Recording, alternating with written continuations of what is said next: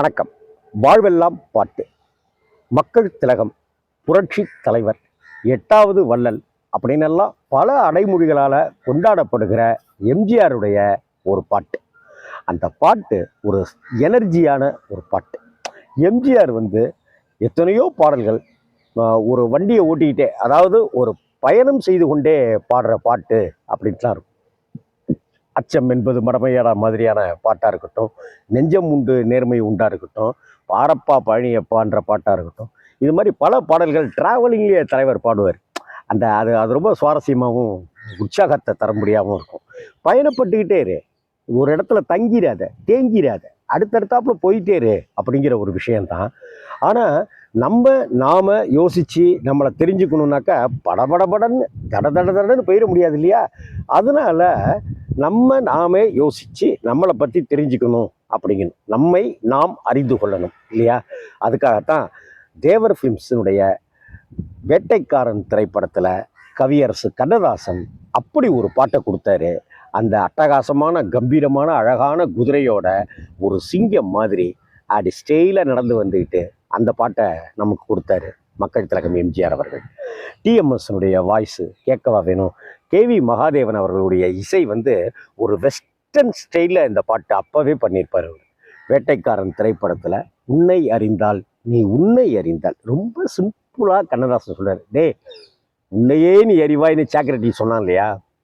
அதை எவ்வளவு அழகாக வரிகள் பாருங்க. என்ன உன்னை அறிஞ்சிக்கணும், நீ என்ன செய்யணும், எப்படி இருக்கணும்.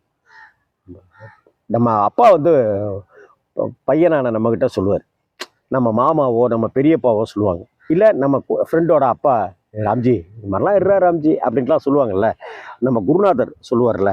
அது மாதிரி பார்த்தீங்கன்னாக்க உன்னை அறிந்தால் நீ உன்னை அறிந்தால் உலகத்தில் போராடலாம், உயர்ந்தாலும் தாழ்ந்தாலும் தலை வணங்காமல் நீ வாழலாம். Western style music. அதுக்கு ஹம்மிங்கும் பார்த்தீங்கன்னாக்கா ஒரு மேற்கத்திய பாணியில தான் இருக்கும்.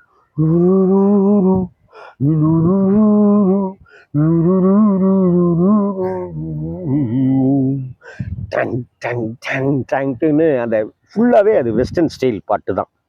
அதுக்கு அடுத்தாப்புல மானம் முக்கியம் இல்லையா? அவமானம்ங்கிறது பெரிய பெயின் வலியை தரக்கூடிய விஷயம் இல்லையா? மானம்ங்கிறது கம்பீரம் இல்லையா?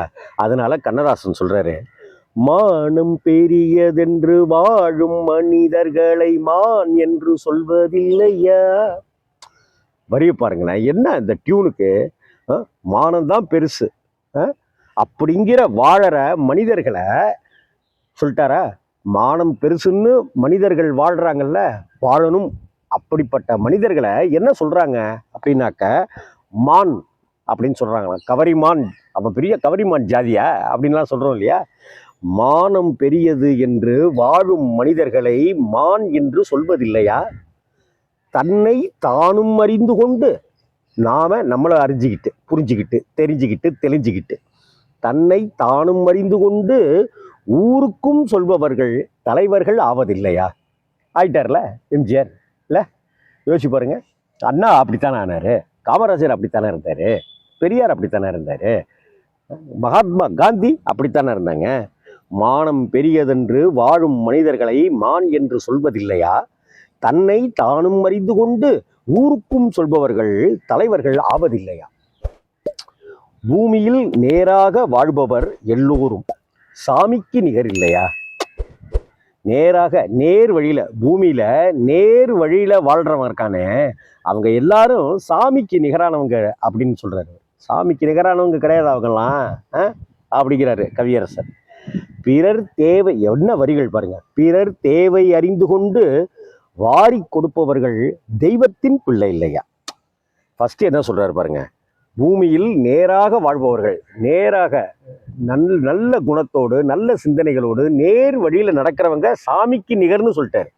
கடவுளுக்கு நிகரானவர்கள் அவங்கன்னு சொல்றாரு. அடுத்த வரியில பிறர் தேவை அறிந்து கொண்டு வாரி கொடுப்பவர்கள் யாரு? எம்ஜிஆர் மாதிரி, கேப்டன் விஜயகாந்த் மாதிரி வாரி கொடுப்பவர்கள் தெய்வத்தின் பிள்ளை அல்லவா? தெய்வத்தோட குழந்தை, தெய்வ குழந்தையா அவங்க.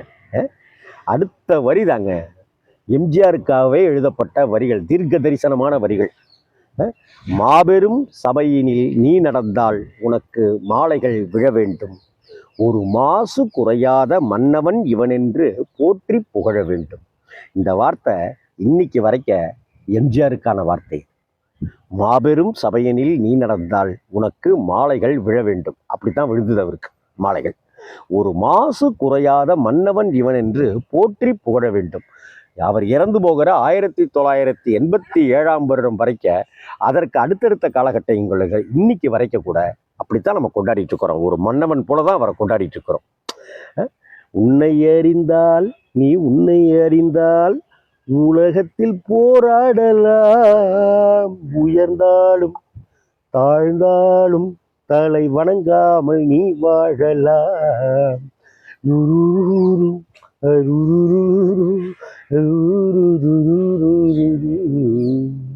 வேட்டைக்காரன் அப்படிங்கிற தேவர் ஃபிலிம்ஸ் திரைப்படத்தில் எம்ஜிஆர் சாவித்திரி நடிச்சிருக்கிற அந்த படத்தில் எம்ஜிஆருக்கு அட்டகாசமான இப்படி ஒரு பாட்டு, அந்த குதிரையில் உன்னை அறிந்தால் நீ உன்னை அறிந்தால் உலகத்தில் போராடலாம் அப்படின்னு சொல்கிற அந்த பாட்டு நல்லா முழுசாக அப்படி காதில் ஹெட்ஃபோனை வச்சுக்கிட்டு கேட்டு பாருங்கள். அது நம்மளை இன்னைக்கு ஒரு 60% நம்ம செயல்பட்டு இருக்கிறோம்னாக்க, நல்லவன்னு நம்ம வாழ்ந்துட்டு இருக்கிறோம்னாக்க, அதை 80% ஆக்கிறோம். இன்னைக்கு 4 பேருக்கு நம்ம நல்லது செஞ்சுட்டு இருக்கிறோம்னாக்க, அதை 40 பேருக்காக மாற்றுறதுக்கு நம்மளை உழைக்க வைக்கும். அப்படிப்பட்ட ஒரு உற்சாகமான, உத்வேகமான வைட்டமின் பாட்டு தான் உன்னை அறிந்தாள்ங்கிற நம்ம புரட்சி தலைவருடைய பாட்டு. வணக்கம்.